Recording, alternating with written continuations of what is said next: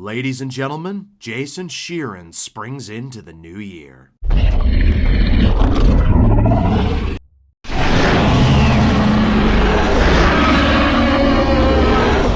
Welcome to 2026, everyone. Here's to another exciting year. Hope you enjoy the content. Today we're looking at Goat. Another one of those animated films where the human characters are replaced by anthropomorphic animals, this time by Sony. From the creators of the Into the Spider-Verse films, the movie stars a young goat named Will Harris, played by Caleb McLaughlin, who always dreamed of becoming a famous basketball player. Or as they call it, Roarball player, which I guess makes sense because they're animals. But a lot of the animals tell him he doesn't have what it takes due to being a small goat. But Will's chance to prove himself comes after a video of him challenging a horse to a Roarball game goes viral. And by the way, the horse is the main antagonist, named Main Attraction, played by Aaron Pierre. You know, the guy who played Mufasa in the Mufasa prequel. Will gets signed into the Roarball team known as the Thorns, much to the disapproval of the Thorns' top player named Jet Fillmore, played by Gabrielle Union, who is also Will's idol.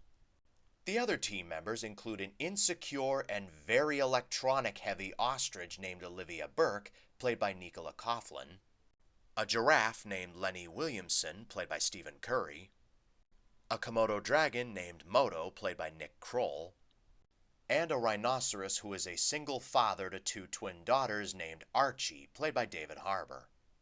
As time goes on, Will shows that he can indeed hold his own, and a lot of the other players begin to bond with him. Jet eventually warms up to him, but she does take a little longer. But due to the team not doing very well, the manager decides to sell the team to someone else. Determined to prove the manager wrong, Jet decides to carry on the team and become aggressive. But as a result, she leaves the other team members in the dust. Understandably, Will is angry with Jet and decides to go back home.